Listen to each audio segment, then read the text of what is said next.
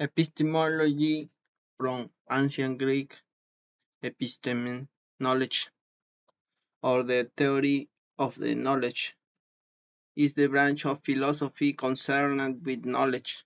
Epistemology is considered a major subfield of philosophy, along with other major subfields, such as ethics, logic, and metaphysics.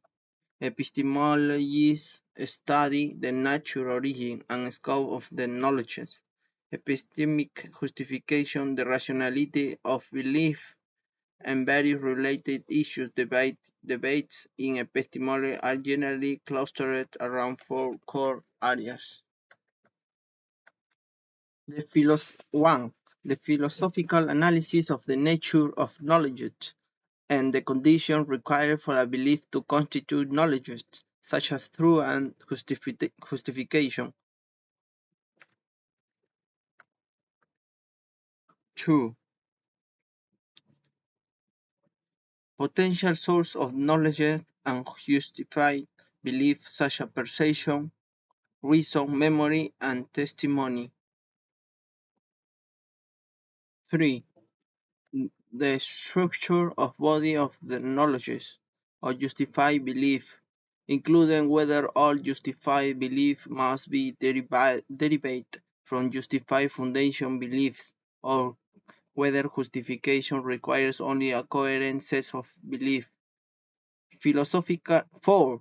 Philosophical excepticism, which question the possibility of the knowledge and related problems, such as whether existing poses a threat to our ordinary knowledge claims and whether it is possible to refute exegetical arguments.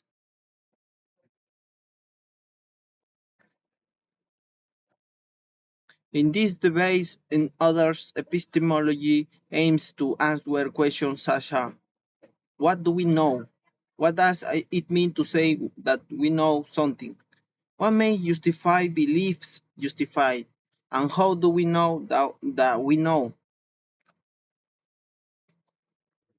Epistemology, as a distinct field of inquiry, predates the introduction of the term into the lexicon of philosophy. John Locke, for instance, described his efforts in essay concerning human understanding, 1689, as an inquiry into the original certainty and extent of human knowledge, together with the grounds of and degrees of belief, opinion, and assent. Almost every major historical philosopher has considered questions about what we know and how we know it. Among the ancient Greeks, philosopher Plato distinguished between inquiry regarding what we know and inquiry regarding what exists, particularly in the Republic, the Theaetetus, and the Meno.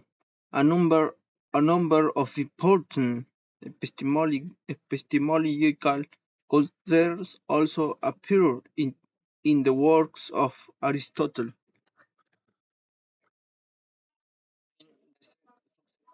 Hellenistic period, philosophical schools began to appear which had a greater focus on epistemological questions, often in the form of the philosophical skepticism.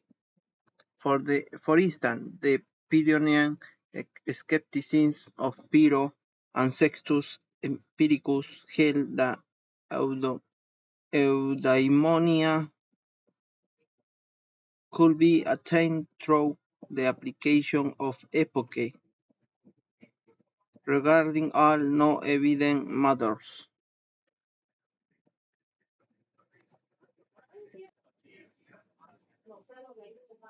Pyrrhonism was particularly concerned with undermining the epistemological dogmas of Stoicism and Epicureanism. The other major school of Hellenistic skepticism was academic skepticism, most notably defended by Carneades and Arcesilaus, which predominated in the Platonic academic for almost 2 centuries.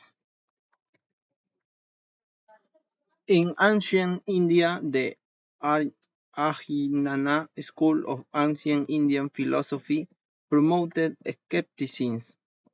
Ajnana was a Ramana movement and a major rival of early Buddhism, Jainism, and the Ayivika school. They held that it was impossible to obtain knowledge of metaphysical nature or to ascertain the true value of philosophical propositions, and even if knowledge was possible, it was useless and disadvantageous for final salvation. They were specialized in refutation without propagating any positive doctrine of their own. After the ancient philosophical era, but before the modern philosophical era, a number of medieval philosophers also engaged with epistemological questions at length. Most notably among the medievals for their contributions to epistemology were Thomas Aquinas, John Duns Scotus, and William of Ockham. During the Islamic Golden Age, one of the most prominent and influential philosophers, theologians, jurists, logicians, and mystics in Islamic epistemology was al-Ghazali. During his life, he wrote over 70 books on science, Islamic reasoning, and Sufism. Al-Ghazali distributed his book The Incoherence of Philosophers, set apart as a defining moment in Islamic epistemology. He shaped in a conviction that all occasion and connection are not the result of material conjunction but are the present and prompt with will of God. Epistemology largely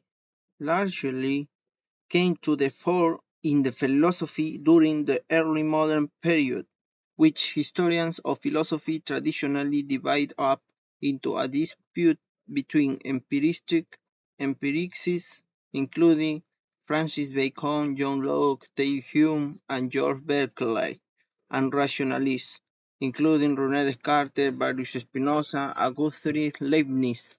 The debate between them has often been framed using the question of whether knowledge comes primarily from sensory experience, empiricism, or whether a significant portion of our knowledge is derived entirely from our faculty of reason, rationalism. According to some scholars, this dispute was resolved in the late 18th century by Immanuel Kant, whose transcendental idealism famously made room for the view that though all our knowledge begins with experience, it by no means follows that all arise out of experience. Contemporary historiography. There are a number of different methods that contemporary scholars use when we trying to understand the relationship between past epistemology and contemporary epistemology. One of the most contentious questions is this: should we assume that the problems of epistemology are perennial, and trying to reconstruct and evaluate Plato's or Hume's or Kant's arguments is meaningful for current debates too? Similarly, there is also a question of whether contemporary philosophers should aim to rationally reconstruct and evaluate historical views in epistemology, or to merely describe them. Barry Stroud claims that the doing epistemology competently requires the historical study of past attempts to find philosophical understanding of the nature and scope of human knowledge. He argues that since inquiry may progress over time, we may not realize how different the questions that contemporary epistemologists ask are from questions asked at various different points in the history of philosophy.